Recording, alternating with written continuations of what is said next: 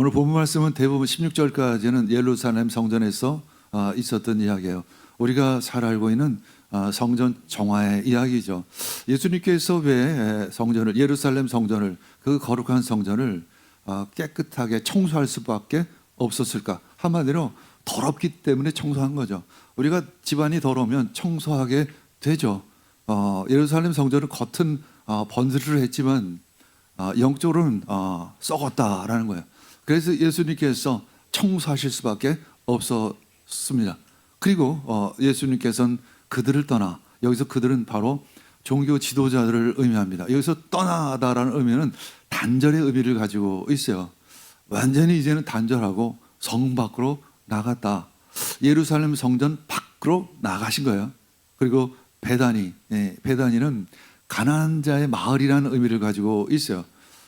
베다니는 위로와 격려와 안식이 있는 마을이에요. 특별히 베다니에는 우리가 알고 있는 나사로, 마리아와 마르다가 살고 있는 동네이기도 합니다. 아마도 예수님께서는 그 집에 가셔서 하루를 유하셨을 것입니다.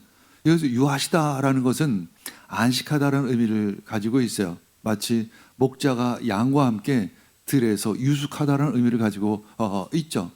한마디로 예루살렘 교회에서 베다니 교회로 옮겨 가신 거예요. 예루살렘 교회는 대단히 화려해요. 그러나 베다니 교회는 소박합니다. 그러나 그 베다니 교회는 하나님의 임재가 있고 안식이 있고 쉼이 있는 그러한 교회이죠. 예루살렘 성전은 동전 소리로 가득한 종교적인 탐욕의 시장입니다. 겉으로는 거룩해 보였지만 실상은 강도의 소굴이었죠. 예수님이 들어오십니다. 그때 탁자가 뒤집히고 동전들이 사방으로 굴렀습니다. 그것은 더 이상 참을 수 없는 예수님의 그 거룩한 분노였죠. 장사꾼들이 쫓겨났고 성전들은 텅 비어 있었습니다. 그 텅 빈 속으로 누군가 들어오기 시작을 합니다. 누가 들어올까요? 바로 율법이 성전 출입을 금지했던 맹인과 저는 자들이었습니다. 장애우들이 그 성전을 대신 차지하기 시작을 합니다. 이제 예수님은 허리를 낮추시고 그들의 굽은 다리와 다친 눈을 다정하게 만지십니다. 여기서 치유하시는데 특별히 테라피라는 단어를 사용해요. 테라피는 알다시피 의사가 병자를 고치는 것과는 다른 보호하심과 그 손길이 느껴지는 치유의 방법이죠. 그 손길이 닿는 곳마다 열리고 퍼지고 다시 살아나기 시작을 합니다. 그때 아이들의 찬양이 터져나오기 시작을 해요. 어린아이들이 하나님을 노래하기 시작을 합니다. 꾸밈도 없고 연습도 없는 어린아이들의 찬양이 그 성전에 메아리쳐 지기 시작을 하죠. 그 영의 깊은 곳에서 터져나오는 그 순전한 찬양. 오랜 세월 동안 성전을 채워온 그 어떤 제사 소리보다 더 거룩했습니다. 최근에는 그 장사꾼들의 그 목소리밖에는 없었으며 동전의 그 딸랑 소리는 밖에는 그 성전을 울리지를 않았는데 이제 모든 것이 회복되어지고 그 어린아이들의 그 노래소리, 찬양소리가 울려 퍼지기 시작을 하는 것이죠. 오늘 본문 말씀은 바로 교회는 어떠해야 하는 것인가, 교회는 도대체 왜 하나님께서 교회를 세우셨는가 라는 질문을 하게 됩니다. 오늘 그림에서 보듯이 돈에 파묻혀서 기도하기가 어려워요. 불가능합니다. 우리 모든 것을 내려놓고 주님께 나아가 찬양하고 기도하시기를 원합니다. 오늘 예루살렘 교회와 베다니 교회를 비교해 보겠습니다. 예루살렘 교회는 화려한 교회, 베다니 교회는 아주 소박한 교회이죠. 그러나 중요한 것은 예수님이 진정 계시는가, 하나님의 임재가 있는 교회인가라는 질문을 우리는 해야 하는 것입니다. 예루살렘 교회는 매주 수천 명이 모이는 그런 교회입니다. 최첨단 조명이 본당을 환하게 수놓고 대형 스크린에는 감동적인 영상이 흐르죠. 주차장은 항상 붐비고 로비에는 세련된 카페가 들어서 있습니다. 성도들은 잘 차려입고 서로 인사를 나누며 인맥을 쌓고 비즈니스 이야기를 나누죠. 사회적으로 성공한 사람들, 이 교회에 나온다는 것 자체가 일종의 자부심이 되는 그러한 것이죠. 그런데 웃음소리는 많았지만 눈물은 없었습니다. 울부짖음은 없죠. 말씀은 전해졌는데 아무도 변하지는 않습니다. 찬양은 울려 퍼졌는데 아무도 엎드리질 않습니다. 그곳에는 예수님이 계시기가 쉽지 않죠. 반면 베다니 교회는 작고 초라합니다. 상가 건물에서 엘리베이터도 없고 주차 공간도 넉넉하지를 않습니다. 헌금으로 살림을 꾸리기가 빠듯할 때도 많습니다. 그러나 그곳에는 주님 없이는 살 수 없다고 고백하는 영적인 갈급함을 가지고 있는 이들이 달려와서 무릎 꿇고 찬양하고 기도하는 공간입니다. 아픈 사람, 실패한 사람, 세상에서 상처받고 돌아온 사람들이 그 좁은 문을 두드리죠. 예수는 베다니에서 밤을 지내셨으면 거기서 유하시니라 바로 머무셨으면 거기서 쉬시고 거기서 안식하셨죠. 예수님은 그곳을 너무 좋아하십니다. 마태복음 20장 17절에 보면 읽겠습니다. 베다니로 가셔서 거기에서 밤을 지내셨습니다. 마태복음 21장 12절 읽겠습니다. 예수께서 성전에 들어가셔서 비둘기를 파는 사람들의 의자를 둘러 엎으시고, 이 의자라는 것은 때로 어떤 권위를 상징하기도 해요. 그래서 의자를 엎었다는 것은 그 종교 지도자들의 권위를 엎으셨다는 거예요. 그 엎어진 의자 위에 그 어린아이가 그 찬양하는 모습을 우리는 상상할 수가 있는 거예요. 예루살렘 교회 설교는 탁월합니다. 철학적인 통찰과 심리학적인 위로가 가득한 설교, 성도들의 귀를 즐겁게 하고 지적 호기심을 만족하게 해줍니다. 설교 영상은 유튜브에서 수만 뷰를 기록하기도 하죠. 댓글에는 은혜를 받았습니다 라는 줄을 있습니다. 그런데 그 댓글을 쓴 사람들의 삶이 바뀌었는지는 잘 모르겠습니다. 죄에 대한 통절한 회개도 영혼을 뒤흔드는 기적도 없습니다. 기적이 멈춘 교회, 그곳엔 예수님이 계시지를 않죠. 하지만 베다니 교회는 맹인과 저는 자들이 모여듭니다.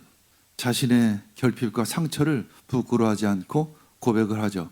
오랫동안 우울증을 알아온 사람, 가정이 무너진 사람, 중독에서 헤어나지 못한 사람, 세상 어디에서도 환영받지 못한 사람들이 그 교회 문을 두드리고 들어와서 주님을 찬양하며 주님을 노래합니다. 그들은 그냥 울고 그들은 치유받습니다. 회복되는 것이죠. 주님은 그들의 어그러진 삶을 깊고 맞추시고 치유의 기적을 베풀어 주십니다. 오랫동안 단절되었던 가족관계가 회복되기도 하고 수집년된 두려움이 하룻밤 기도 후에 사라지기도 합니다. 이 기적이 일상이 된 교회가 바로 베다니 교회이죠. 마태복음 21장 14절 읽겠습니다. 성전 뜰에서 눈먼 사람들과 다리를 저는 사람들이 예수께 다가왔다. 예수께서는 그들을 고쳐 주셨습니다. 이제는 성전이 진정한 의미의 교회로 회복되어진 것입니다. 아픈 이들, 힘든 이들, 어려운 이들이 와서 치유받고 회복되어지는 그런 공동체가 된 것이죠. 시편 27편 4편, 우리들은 이 고백이 우리들의 고백이 되기를 원합니다. 함께 읽겠습니다. 주님, 나에게 단 하나의 소원이 있습니다. 나는 오직 그 하나만 구하겠습니다. 그것은 한평생 주님의 집에 살면서 주님의 자비로우신 모습을 보는 것과 성전에서 주님과 의논하면서 살아가는 것입니다. 그렇습니다. 이것이 우리들의 유일한 고백이 되기를 원합니다. 자, 오늘 12절 말씀 우리 함께 읽겠습니다. 그러나 그 예루살렘 성전은 당시에 어떠했는지, 예수님이 공생의 기간 때 그 예루살렘은 성전은 도대체 어떠했는지, 온전했는지 그렇지 못한지 한번 함께 바라보시기를 원합니다. 읽겠습니다. 예수께서 성전에 들어가셔서 성전 뜰에서 팔고 사고 하는 사람들이 다 내쫓으시고 돈을 받고 주는 사람들의 상과 비둘기를 파는 사람들의 의자를 둘러 엎으시고, 이제 6월절 순례자들은 먼 나라에서 오죠. 순례자들이 예루살렘 성전을 향해 몰려옵니다. 그러면 그들은 이제 제사를 드리죠. 제사를 드리기 위해서는 흠없는 짐승이 필요했습니다. 그러나 먼 길에서 오는 사람이 짐승을 끌고 오는 것도 쉽지 않은데 흠없는 것을 끌고 온다는 것은 대단히 어렵겠죠. 처음에는 흠없는 것을 데려오다가도 오다 보면 상하고 다치기도 하겠습니다. 그래서 그들의 편의를 위해서 성전 안에 흠없는 짐승들을 파는 이들이 하나씩 둘씩 생겨나기 시작했고, 이제 종교 지도자들은 그것을 이용해서 착취하기 시작을 했던 거예요. 더더군다나 이제 로마 동전이 당시에는 주로 사용되어지는 화폐였는데, 그 동전으로는 성전에서는 쓸 수가 없었습니다. 그래서 환전을 할 수밖에 없었는데, 당시에 환전상은 엄청난 폭리를 취했던 거예요. 그래서 예수님께서는 그 예루살렘 성전에 들어가셔서, 그 성전 뜰이라는 것은 이방인의 뜰을 이해하게 합니다. 이방인들은 성소 안에는 들어가지 못하죠.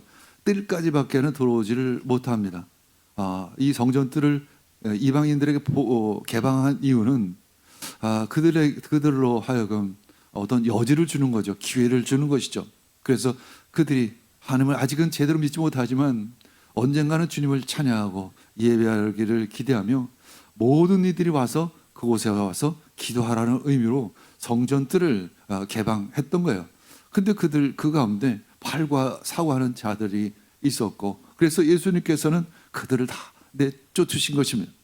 그리고 돈을 받고 주는 사람들, 그 환정상들의 상과 그 비둘기를 파는 사람, 이 비둘기 파는 사람은 특별히 비둘기로 제사를 지내는 사람은 아주 가난한 사람이었습니다. 그 사람들의 의자를 둘러 엎으셨습니다. 다 내쫓다라는 원래 의미는 마치 마태복음 12장 28절에 보면 귀신을 쫓아낼 때 사용했던 그런 단어예요. 귀신을 쫓아낼 때 사용했던 단어를 성전 정화 때 그 상인들을 내쫓는 그런 상황을 묘사할 때 사용하십니다. 모두 다 내쫓으신 거예요. 모든 귀신을, 그 사탄을 내어 쫓으시, 그 어둠의 세력들을 내어 쫓으신 것입니다. 우리 안에 있는 그 욕심들, 탐욕들을 내어 쫓으시기를 원합니다. 13절 읽겠습니다.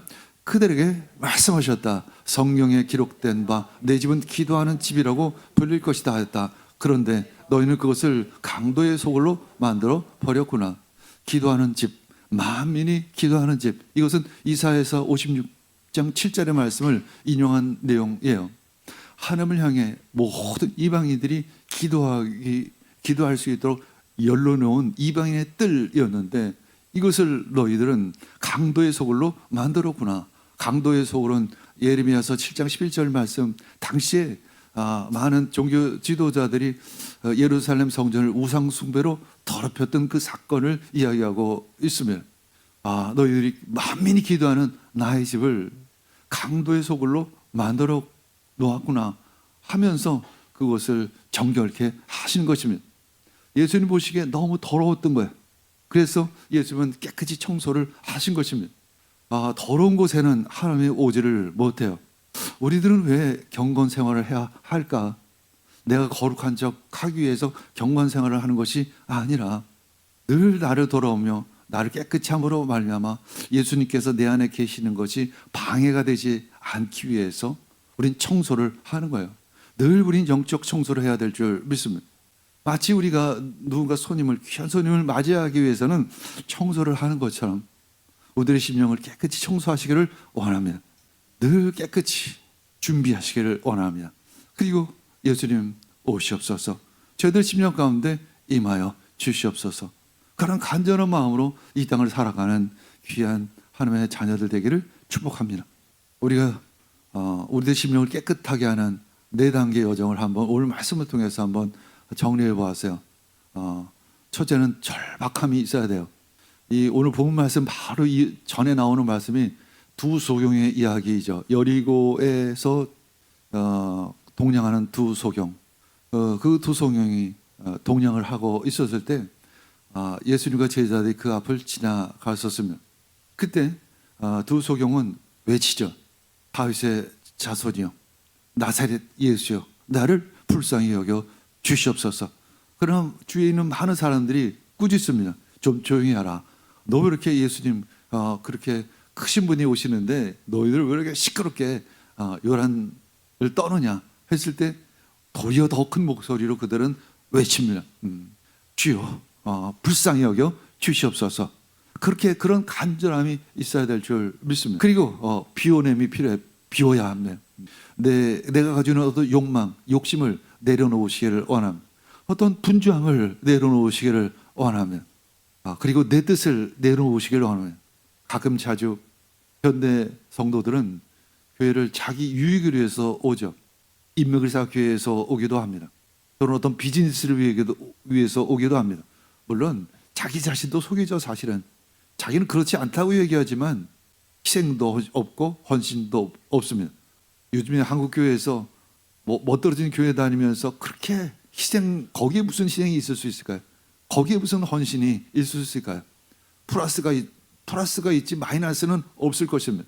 마이너스가 없는, 비워냄이 없는 신앙, 그것은 거짓인 것입니다. 나를 먼저 내려놓아야 하는 거예요. 비워야 채울 수 있습니다. 비워야 예수님이 오실 수 있는 것입니다. 세 번째는 죄에 대한 인식이 있어야 합니다. 주님, 내가 죄인입니다. 주님, 제가 부족합니다. 내 나를 보면 잘 깨닫지 못해요. 나는 그래도 멀쩡하게, 그래도 도덕적으로, 윤리적으로, 그래도 이만큼 살았지, 그래도 잘 살았지, 그래도 이만큼 성공했는데 라고 생각을 하는데, 잠깐 눈을 돌려서 나약한 우리의 자녀를 보면 깨닫게 됩니다. 우리는 죄인이구나. 그때 그것을 깨닫게 돼요. 네 번째, 전적인 의존이 있어야 될 줄 믿습니다. 마태복음 21장 16절에 보면 어린 아이들과 젖먹이들이 입에서 찬양이 나오게 하셨다라는 것입니다. 우리 교회의 예배의 특징 중에 하나는 우리 아이들과 어른이 함께 예배를 드린다는 거예요. 이것은 기적입니다. 보통은 사실 시끄러워서 같이 예배를 못 들어. 너무 장난이 심해서 사실 같이 예배를 못 들어요. 근데 우리 아이들은 잠잠하게 하나님을 찬양합니다. 왜일까요? 성령님이 그들 마음 가운데 있기 때문에 그런 것입니다. 여기 어린아이와 같이 아니면 천국에 들어갈 자가 없다. 이 의미는 바로 전적인 의존을 얘기해요. 14절 읽겠습니다.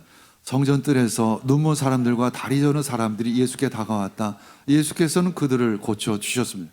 이제 예수님께서 청소하셨잖아요. 성전을 깨끗게 영적으로 청소하셨습니다. 근데 누가 들어오냐면 그때 눈먼 사람과 다리 저는 사람들이 들어온 거예요. 사실 굉장히 이거는 아이러니죠. 역설이에요. 왜냐하면 당시에 율법에서는 이 눈먼 자, 다리 저는 사람과 같은 장애를 가진 사람들은 성전에 들어올 수가 없었습니다. 근데 도리어 예수님은 마태복음에는 눈먼 사람과 다리 저는 사람들이 예수님이 깨끗이 청소한 그 성전 안으로 들어왔습니다. 그리고 예수님께서는 그들을 고쳐 주시는 거예요. 고쳐 주시다라는 것은 이제 여기서 원어는 여기서 발생한 단어가 테라피인데 일종의 돌보다라는 의미가 더 강하죠. 봉사다. 그래서 돌봄과 봉사를 통해서 그가 치유되어지고 회복되어지는 것이죠. 이제 그 예루살렘 성전은 치유의 기적의 현장이 되어지는 것입니다. 주의 임재, 주님이 함께 하실 때 회복과 치유가 있는 줄 믿습니다. 또 다른 존재가 등장을 해요. 이 역시 그 당시 사회로부터 그렇게 인정받지 못한 바로 어린아이들이었던 거예요. 어린아이들에게 예수님이 가까이 오는 것, 어린아이들은 사실 당시에 사람 취급을 받지를 않았죠. 그런데 오늘 말씀은 다르죠. 15절 읽겠습니다. 그러나 대제사장들과 율법학자들은 예수께서 하신 여러 가지 놀라운 일과 또 성전뜰에서 다윗의 자손에게 호산나 하고 외치는 아이들을 보고 화가 났다는 거예요. 이 종교 지도자들의 반응은 분노했다는 거예요. 우리는 지금 결론을 알고 내용을 알고 있기 때문에 참 좋은 일이 일어났다. 예수님께서 영적으로 청소하시고 아픈 자들이 회복되어지고 어린아이들이 찬양하는구나. 좋다. 이렇게 얘기를 하지만 당시 종교 지도자들은 그 모습들을 보면서 화를 낸 거예요. 분노했던 것입니다. 도대체 그들은 왜 화를 냈을까? 질문의 마음을 가지시고 그다음 보면 예수께서 하신 여러 가지 놀라운 일, 기적과 치유이죠. 그리고 또 하나는 성전들에서 다윗의 자손에게 호산나 하고 외치는 그 아이들을 보고 화가 났단 말이에요. 두 가지 일, 병자들이 성전에 들어온 것, 그리고 예수님께서 그들을 치유하신 것, 또 하나는 어린아이들까지 들어와서 시끄럽게 했다는 거예요. 우리 교회도 아이들이 좀 시끄러울 때가 있죠. 예배 때는 잠잠하지만 풀어놓기 시작하면 정신이 없어요. 아이들의 웃음소리, 아이들의 울음소리, 막 범벅인 거. 그러니까 종교 지도자들 입장에서는 시끄러워서 제사가 안 된다라는 거죠. 그것 때문에 화가 난 거예요. 20장 31절에 보면 무리가 조용히 하라고 꾸짖었으나 그들은 더 큰 소리로 외쳤다. 다윗의 자손이신 주님, 우리를 불쌍히 여겨 주십시오. 이 외침은 바로 두 소경의 외침이었어요. 얼마 전에 여리고에서 있었던 일이죠. 두 소경이 외쳤습니다. 나를 불쌍히 여겨 주시옵소서. 그 외침과 그 아이들의 그 외치는 소리 똑같은 단어를 사용해요. 절규예요, 절규. 이 절규의 의미를 가지고 있어요. 아주 간절한 절규예요. 그렇다면 이 아이들의 소리가 인간적인 귀로 듣기에는 그렇게 아름답게 들리지는 않았다는 거예요. 아주 좀 시끄럽게 들렸던 거예요. 뭔가 영적인 찬양을 하긴 하는데 그 소리가 아름답지는 않았어요. 그런데 예수님이 듣기에는 그것은 참 아름다운 찬양이요 경배였던 것입니다. 마치 멋진 콘서트처럼 울려지는 그 찬양, 그것이 아름다운 것이 아니라 내면에서 흘러나오는 외침의 부르짖음, 그 찬양, 그 고백이 예수님 들으시기에는 더 귀하고 아름답다라는 것입니다. 이 어린아이들의 입을 통해 그 외침의 소리가 찬양으로 뒤바뀐 거예요. 16절 읽겠습니다. 예수께서 말하였다. 당신들은 아이들이 무엇을 하는지 듣고 있어? 예수께서 그들에게 말씀하셨다. 그렇다. 주님께서는 어린아이들과 젖먹이들의 입에서 찬양이 나오게 하셨다 하신 말씀을 너희는 읽어보지 못했는가? 라는 것입니다. 어린아이들과 젖먹이들의 입에서 찬양이 나오게 하셨다. 나오게 하셨다라는 단어가 눈에 띄어요.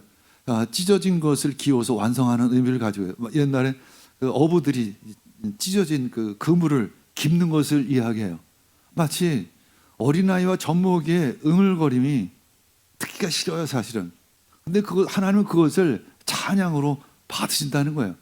종교 지도자들, 너희들, 인간적인 너희들, 세속적인 너희들은 그 응을거림, 그 소음처럼 느껴지는 찬양을 싫어하지만 하나님이 들으시기에는 너무나도 아름답고 너무나도 귀하다라는 거예요. 우리들 마음 가운데 영적인 혁신이 일어나기를 원합니다. 생각의 변혁이 일어나기를 원합니다.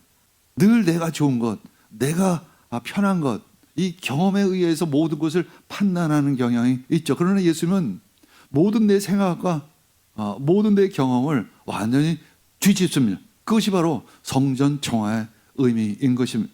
17절 읽겠습니다. 예수께서 그들을 남겨두고 성 밖으로 나가 베다니로 가셔서 거기에서 밤을 지내십니다. 크게 보면 예루살렘 성전에서 베다니로 가신 것입니다. 예수님께서 그들을 남겨두고 그들을 떠나 아주 결연한 떠남, 결별을 이야기하고 있습니다. 이제 예루살렘의 그 종교 지도자들과는 결별을 했다는 것을 의미해요. 과거의 어떤 그 타락한 전통과는 결별을 했다라는 것입니다. 그리고 베다니로 가셨습니다. 고난받는 자의 집, 가난한 자의 집, 이런 의미를 가지고 있습니다. 예루살렘에서 멀지 않은 3km 정도 떨어진 그 위치, 거기에는 나사로와 마리아와 마르다가 살고 있었습니다. 예수님과 그들은 마치 한 가족처럼 가깝게 지내는 사이였습니다. 이제 예수님은 진짜 자신의 집을 오신 거예요. 베다니에는 예수님의 임재가 있는 곳입니다. 안식과 쉼이 있는 곳이죠. 그곳에서 밤을 지내신 것입니다. 그 가족들과 함께 친밀한 교제를 나누며 쉼을 가지시며 머무르신 것입니다. 그리고 이제 이곳을 떠나 지금 예루살렘으로 다시 올라가실 때는 십자가를 지시는 거죠. 예수님은 십자가를 치시기 전에 마지막 쉼을 가지시는 것입니다. 그것이 바로 베다니 교회인 것입니다.